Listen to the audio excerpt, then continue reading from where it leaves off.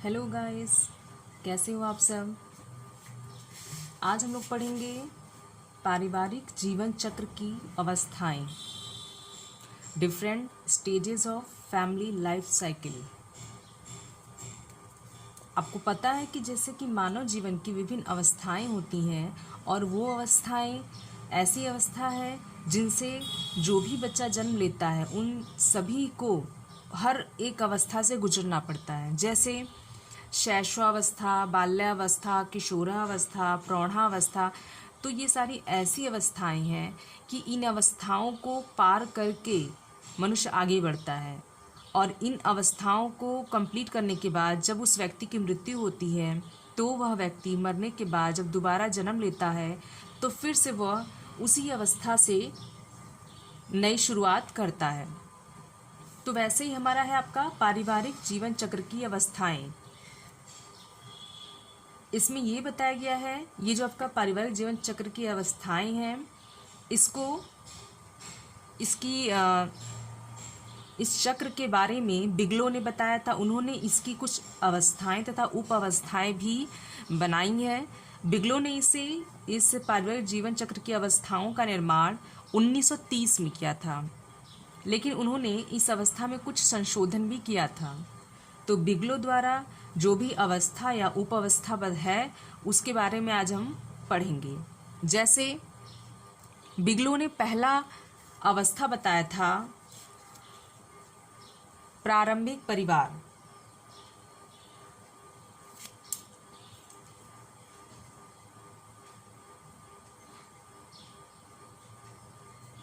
पहला अवस्था इनका है प्रारंभिक परिवार।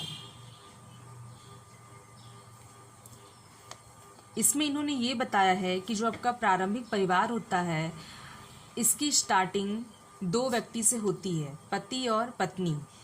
ये ऐसे दो व्यक्ति हैं जो कि अपने नए गृहस्थी की शुरुआत करने जा रहे हैं, तो इसीलिए इसका नाम है प्रारंभिक परिवार।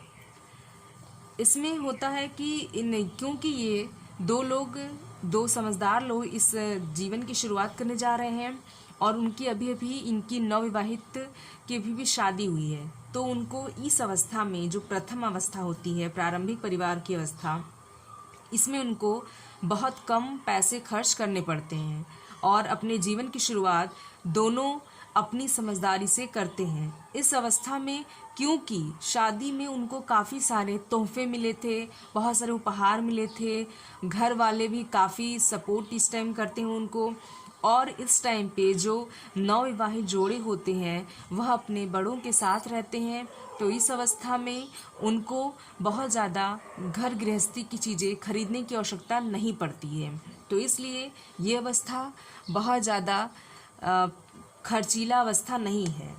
बिगलो ने इस प्रारंभिक परिवार की भी उप अवस्था बताई है। जैसे इन्होंने इसकी एक ही उप अवस्था बताई है जिसका नाम है स्थापत्य का काल। इसका नाम है स्थापत्य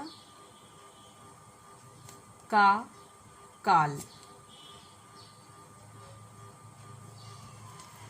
इसमें इन्होंने बताया स्थापत्य का मतलब होता है एस्टैब्लिश, यानी कि स्थापित करना या बनाना या नए चीज़ की शुरुआत करना। तो इन्होंने इसमें परिवार के बारे में बताया है कि परिवार को स्थापित करना, नए गृहस्थी की शुरुआत करना, नए घर को बनाना, कि कैसे नए गृहस्थी की शुरुआत करेंगे। तो स्थापित का मतलब है कि जो प्रारंभिक परिवार होता है, यानी जो प्रथम अवस्था होती है, वह नए जोड़ों की अपने गृहस्थी को बनाने की अवस्था होती है, क्योंकि इनकी इस अवस्था में कोई बच्चे भी नहीं हुए रहते हैं और वे दोनों पति पत्नी ही अभी इस अवस्था में होते हैं, तो उनको इस टाइम पे पैसे बहुत कम खर्च करने पड़ते हैं। वो चाहे तो अपनी बुद्धिमत्ता से इस प्रारंभिक परिवार वाली अवस्था में पैसे सेविंग कर सकते हैं या उसको बचा सकते हैं, ताकि जो अगली अवस्था आए जिसमें उनके बच्चे हो जाते हैं उस अवस्था में क्योंकि खर्चे बढ़ जाएंगे, इसीलिए इनको अभी से समझदारी दिखानी चाहिए और अपने इस प्रारंभिक परिवार या प्रथम जो इनका स्टार्टिंग का जो स्टेज होता है इसमें उनको पैसे बचाने चाहिए, क्योंकि जो आपका पहली अवस्था होती है इसमें इनके पैसे बहुत कम खर्च होते हैं। बहुत सारे सामान इनको शादी में, घर गृहस्थी से संबंधित इनको सामान मिल चुके होते हैं, तो ये अपने गृहस्थी को बसाने के लिए उन सामानों से भी शुरुआत कर सकते हैं और जो पैसे इनके पास आते हैं उस पैसे को ये बचा के अपने बच्चे के भविष्य के लिए रख सकते हैं। तो हमारा यही था प्रारंभिक परिवार, जिसकी पहली उपावस्था थी स्थापत्य का काल। आइए अब जानते हैं दूसरी अवस्था। दूसरी अवस्था है हमारी विस्तृत परिवार। दूसरी उपावस्था है विस्तृत परिवार। विस्तृत परिवार, नाम से ही पता चल रहा है विस्तृत मतलब जो बहुत विस्तार से हो, जो बहुत बड़ा हो, जो बहुत फैला हुआ हो। तो मानव जीवन की या किसी भी नवविवाहित जोड़े की यह अवस्था सबसे बड़ी, सबसे महत्वपूर्ण और सबसे ज़्यादा पैसे खर्च करने वाली अवस्था होती है। इसीलिए बोला गया था कि अगर जो भी नव दंपति होते हैं वो अगर इस वाले अवस्था में, प्रथम अवस्था में पैसे बचा के रख लेते हैं तो उनको वही पैसे वो अपने इस विस्तृत अवस्था में इस्तेमाल कर सकते हैं। तो इसके लिए ज़रूरी है कि वो प्रथम अवस्था में ही पैसे बचाना शुरू कर दें, क्योंकि उनको ये पहले से ही जानकारी हो जानी चाहिए कि विस्तृत अवस्था जो कि दूसरी अवस्था है, इसमें काफ़ी सारे पैसे लगने वाले हैं। तो अब जानते हैं कि विस्तृत परिवार या विस्तृत अवस्था की कौन कौन सी उप अवस्थाएं होती हैं। जैसे इसका पहला आपका जो उप अवस्था होता है वह होता है शिशु पालन और पूर्व स्कूल अवस्था। शिशु पालन और पूर्व स्कूल अवस्था। शिशु पालन और पूर्व स्कूल अवस्था। पूर्व स्कूल अवस्था।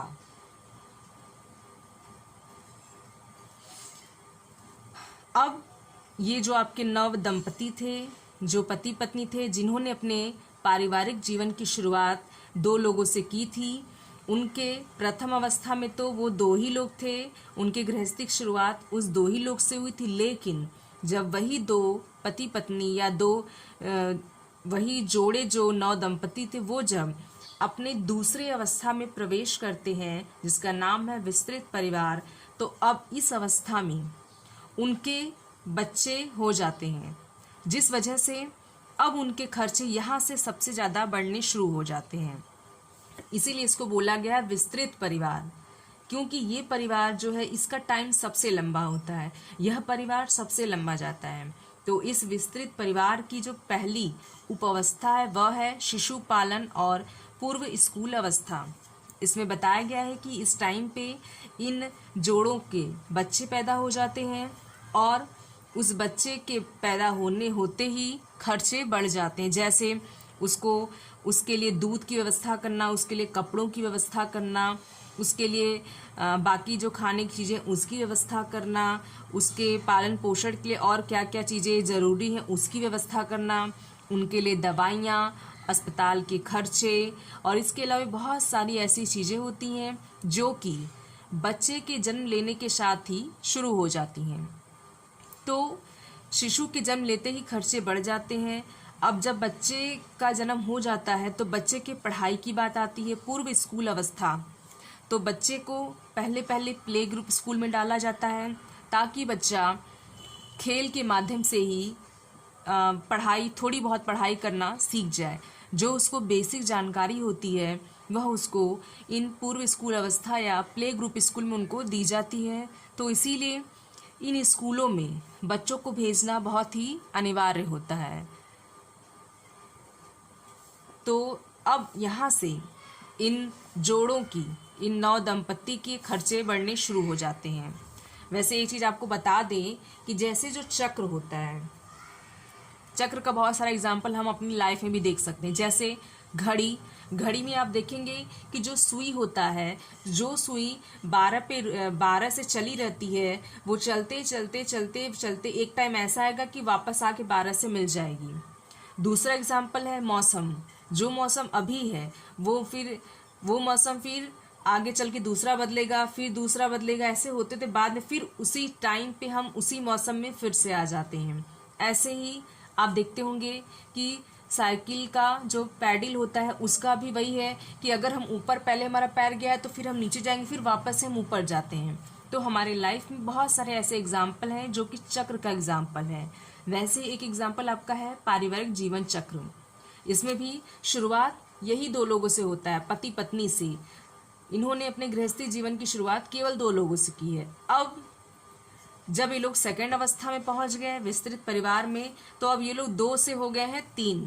अब इनकी संख्या धीरे धीरे बढ़नी शुरू हो गई है, और जैसे जैसे संख्या बढ़नी शुरू हो गई है इनके खर्चे भी शुरू हो गए हैं। तो अब इनका परिवार हो गया है विस्तृत, यानी कि बड़ा। तो बच्चे का जन्म हो गया, उसके पालन पोषण की व्यवस्था भी करनी पड़ी, और बच्चे की स्टार्टिंग की जो पढ़ाई है वो भी शुरू हो गई। अब आगे चलते हैं। जो इनका बिकलो ने जो विस्तृत परिवार का जो सेकंड उप अवस्था बताया है वो है आपका, जो सेकंड उप अवस्था है वो है प्राथमिक विद्यालय। सेकंड उप अवस्था प्राथमिक विद्यालय। प्राथमिक विद्यालय। अब बच्चा जब पहली उप अवस्था को पार कर लिया, उसने प्ले ग्रुप स्कूल से पढ़ाई कर ली, अब बच्चे का एडमिशन हो जाएगा प्राथमिक विद्यालय में। अब बच्चा 1 में एडमिशन लेगा और यहाँ से उसके खर्चे अब डबल होने शुरू हो जाएंगे। जैसे जैसे बच्चा अपने पढ़ाई में आगे बढ़ता जाएगा उसके खर्चे भी डबल होते जाते हैं। तो यहाँ पे अब माता पिता को बहुत मेहनत करने की आवश्यकता है। उनको टाइम भी बहुत निकालना पड़ेगा बच्चों के लिए, बच्चे के साथ पूरा टाइम बिताना। तो इस अवस्था में पैसे, समय और श्रम, इन तीनों की सबसे ज़्यादा ज़रूरत इसी अवस्था में होती है, और इसी अवस्था में इसी तीनों चीज़ों की सबसे ज़्यादा खर्च भी होती है। तो इसीलिए परिवार के उन 2 लोगों को, जो नवविवाहित जोड़े हैं, उनको ये ध्यान रखना चाहिए कि वो धन, श्रम और जो उनका समय है उसको वो बचा के रखें, तो वो अपने बच्चे के संग पूरा समय बिता पाएंगे। चलिए अब आगे पढ़ते हैं कि बच्चा आपका पूर्व स्कूल अवस्था से अब आ गया है प्राथमिक विद्यालय में। यहाँ के खर्चे बढ़ जाएंगे। बच्चे के स्कूल का एडमिशन का फीस, किताबें, यूनिफॉर्म, अगर बच्चे के आने जाने के लिए कोई साधन किया गया है, कोई सवारी है, उसके खर्चे, इसके अलावा और भी बच्चे के पढ़ाई से संबंधित खर्चे यहाँ पे भी बढ़ जाते हैं। तो हम देख रहे हैं कि जब से हम सेकंड अवस्था में आए हैं बच्चे के खर्चे डबल होते जा रहे हैं। तो प्राथमिक विद्यालय के बाद जो तीसरी हमारी उप अवस्था है, तीसरी उप अवस्था है उच्चतर विद्यालय। तीसरी उप अवस्था उच्चतर विद्यालय। उच्चतर विद्यालय। अब बच्चा प्राथमिक विद्यालय की पढ़ाई पूरी कर चुका है, अब बच्चा आएगा आपका उच्चतर विद्यालय में। यहाँ पे बच्चा 12 तक की पढ़ाई को हम उच्चतर विद्यालय के अंतर्गत मानते हैं। बच्चा यहाँ से 6 to 12 तक की पढ़ाई करेगा, और बच्चे के साथ जैसे जैसे उम्र बढ़ती है किताबें उसकी बढ़ती जाएंगी, और किताबों के दाम भी बढ़ते जाते हैं। तो किताबों के खर्चे बढ़ गए, और अगर बच्चे को पढ़ाई नहीं समझ में आती है तो हो सकता है पेरेंट्स उनके लिए ट्यूशन लगवा दे, कहीं कोचिंग लगवा दें, उसके खर्चे। और इसके अलावा बच्चे के अपने कुछ खर्चे होते हैं, जैसे बच्चे का कोई शौक़ होता है, बच्चे की कोई हॉबी होती है, बच्चा उसको पूरा करना चाहता है, तो इसके लिए बच्चे को उसके लिए पॉकेट मनी देना ज़रूरी है। और बच्चे के पॉकेट मनी देते टाइम ये ध्यान देना चाहिए कि पॉकेट मनी ज़रूरत से ज़्यादा ना हो, क्योंकि हो सकता है बच्चा उसका मिसयूज कर दे। तो इसीलिए घर वालों को, माता पिता को, अभिभावकों को ध्यान देने की आवश्यकता है कि जो भी बच्चे को वो पॉकेट मनी दें वो ज़रूरत से ज़्यादा ना हो। तो बच्चा अब आ गया है उच्चतर विद्यालय में, यहाँ पे भी उसके खर्चे और बढ़ चुके हैं। फिर बच्चा आएगा जो अगली हमारी विस्तृत परिवार की जो चौथी उप अवस्था है, वो है चौथी उप अवस्था महाविद्यालय। चौथी उप अवस्था महाविद्यालय, या इसको विश्वविद्यालय भी कह सकते हैं, महाविद्यालय या विश्वविद्यालय। अब बच्चे की स्कूल की पढ़ाई समाप्त हो चुकी थी। थर्ड में वो बच्चा स्कूल की सारी पढ़ाई को पूरा करने के बाद बच्चे ने प्रवेश ले लिया विश्वविद्यालय यानी कॉलेज में। बच्चा अब डिग्री कॉलेज में आ चुका है। यहाँ पे उसकी किताबें महंगी हो जाएंगी और बच्चे का जैसा कोर्स होगा, वो मेडिकल की तैयारी कर रहा है, मेडिकल की पढ़ाई कर रहा है